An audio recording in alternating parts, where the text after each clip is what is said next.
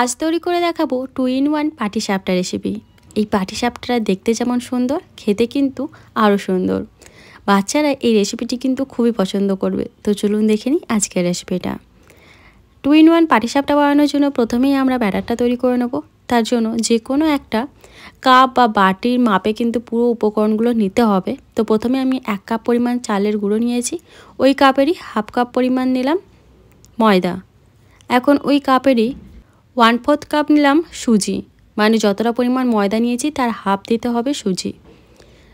অল্প পরিমাণে লবণ দিয়ে এর মধ্যে এখন আমি দিচ্ছি 1 কাপের একটু কম চিনি। তবে চিনিটা কিন্তু আমি এখানে গোটা ব্যবহার করব না, চিনিটাকে গুঁড়ো করে ব্যবহার করব। প্রথমে কাপে করে চিনিটাকে মেপে নিয়ে তারপর কিন্তু গুঁড়ো করবেন, কারণ গুঁড়ো করার পর চিনির পরিমাণটা বেড়ে যায়। তো 1 কাপের একটু কম চিনি নিয়েছি, এখন মিক্সিং জারে দিয়ে চিনিটাকে ভালো করে গুঁড়ো করে নিয়েছি। এখন এই পুরো চিনি গুঁড়োটা এর মধ্যে অ্যাড করে দিলাম।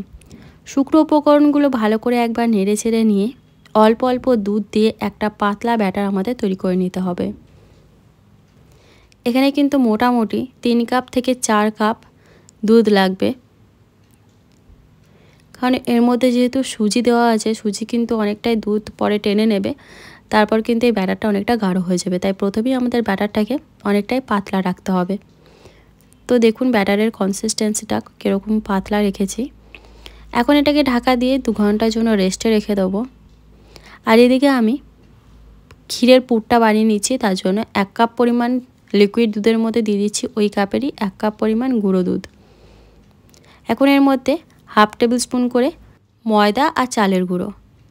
আমি লিকুইড দুধটাকে কিন্তু একদম হালকা গরম করে নিয়েছিলাম, তারপর গুঁড়ো দুধ, ময়দা আর চালের গুঁড়োর মধ্যে অ্যাড করে এখন খুব ভালো করে মিশিয়ে নিয়েছি। প্রথমে যদি দুধটাকে খুব বেশি গরম করে নেওয়া হয় তাহলে কিন্তু গুঁড়ো দুধ ভালোভাবে মিশতে চাইবে না, দলা পেকে থাকবে। তো দেখুন খুব ভালো করে মিশিয়ে নেওয়ার পর এটাকে কিন্তু মোটামুটি 10 মিনিটের মতো মিডিয়াম ফ্লেমে রান্না করে নিতে হবে।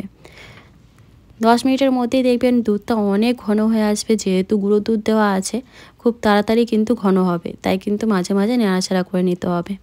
আমি এর মধ্যে কিছু ড্রাই ফ্রুটস অ্যাড করলাম, যেমন আমন্ড আর পেস্তা। আপনারা আপনাদের পছন্দ মতো যে কোনো ড্রাই ফ্রুটস অ্যাড করতে পারেন বা চাইলে নাও অ্যাড করতে পারেন। তো এইভাবে নেড়ে ছেড়ে আমি 10 মিনিটের মতো কিন্তু মিডিয়াম টু লো ফ্লেমে ক্ষীরটাকে রান্না করব। দেখতেই পাচ্ছেন অনেকটা ঘন হয়ে এসেছে। এই পর্যায়েই আমি নামিয়ে নেব, কারণ ঠান্ডা হয়ে যাওয়ার পর কিন্তু ক্ষীরটা আরও বেশি টাইট হয়ে যাবে। আর এদিকে ব্যাটারটা আমি 2 ঘন্টার জন্য রেস্টে রেখেছিলাম। সুজিটা ফুলে গিয়ে ব্যাটারটা দেখুন অনেকটাই ঘন হয়ে এসেছে। এর মধ্যে আমি আরও হাফ কাপের মতো দুধ অ্যাড করছি। তো দেখুন এরকম একটা পাতলা ব্যাটার আমাদের লাগবে। এই ব্যাটার থেকে আমি 4 হাতার মতো ব্যাটার একটা পাত্রে তুলে নিচ্ছি। যেহেতু 2-in-1 বানাবো তার জন্য এভাবে আমি করছি। যদি আপনারা 2-in-1 না বানাতে চান তাহলে এই ব্যাটারটা দিয়ে কিন্তু পাটিসাপটা বানিয়ে নিতে পারেন। এর মধ্যে আমি দিয়ে দিচ্ছি 1.5 টেবিল স্পুন কোকো পাউডার। যদি কোকো পাউডার না থাকে তাহলে যে কোনো লিকুইড চকলেট বা চকলেট মেল্ট করেও কিন্তু ব্যবহার করতে পারেন। এখানে আমি একটা সসের বটল নিয়েছি। এরকম বটলে কিন্তু খুব সুন্দর ডিজাইন করা যাবে। যদি আপনাদের কাছে না থাকে তাহলে যে কোনো বোতল নিয়ে তার ঢাকনাটাকে একটুখানি ফুটো করে নিলেই কিন্তু খুব সুন্দরভাবে ডিজাইন করা যাবে। যেহেতু আমার কাছে এটা ছিল তো আমি এটাই ব্যবহার করছি। কড়াইতে হালকা তেল ব্রাশ করে নেওয়ার পর এইভাবে আমি ডিজাইনটা করছি।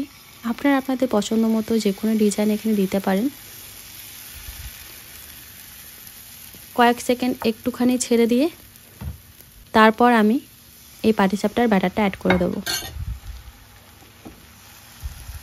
হালকা করে এইভাবে ঘুরিয়ে নিচ্ছি যাতে পাটিসাপটাটা একটু বড় হয়। আপনারা যে সাইজের করতে চান সেই অনুযায়ী কিন্তু এর মধ্যে ব্যাটার অ্যাড করবেন। আর একটু বড় যদি করতে চান তাহলে 1 হাতা আর হাফ হাতা দিয়ে দেবেন, 1.5 হাতার মতো কিন্তু দিয়ে পাটিসাপটাটা বানিয়ে নেবেন। একটুখানি হয়ে আসলে আমি এর মধ্যে পুরটা দিয়ে দিয়েছি। এখন ব্যাস একটা সাইড থেকে এইভাবে ভাঁজ করে নিলেই কিন্তু আমাদের এই 2-in-1 পাটিসাপটা একদম রেডি হয়ে যাবে। তো দেখুন এই তো আমাদের 2-in-1 পাটিসাপটা রেডি হয়ে গেছে। এটা খেতে কিন্তু খুবই সুস্বাদু হয়। নর্মাল পাটিসাপটা তো আমরা প্রায়ই বানিয়ে থাকি, কখনো কখনো এরকম একটু ইউনিক পাটিসাপটা বানিয়ে দেখবেন, খেতে কিন্তু একটু আলাদা স্বাদ লাগবে। ভিডিওটা যদি ভালো লাগে তাহলে কিন্তু অবশ্যই ভিডিওতে একটা লাইক দিয়ে চ্যানেলটা সাবস্ক্রাইব করার পাশে থাকবেন। তো দেখুন আমি আর একটা বানিয়ে দেখাচ্ছি। এইভাবে ডিজাইন করার পর কয়েক সেকেন্ডের জন্য একটুখানি এটাকে ছেড়ে দেবেন, তারপর এই ব্যাটারটা অ্যাড করতে হবে। পাটিসাপটা কিন্তু একদম অল্প আঁচেই করতে হয়, তাহলে কিন্তু খুব সুন্দর ওঠে। তো আজকের মতন বাই।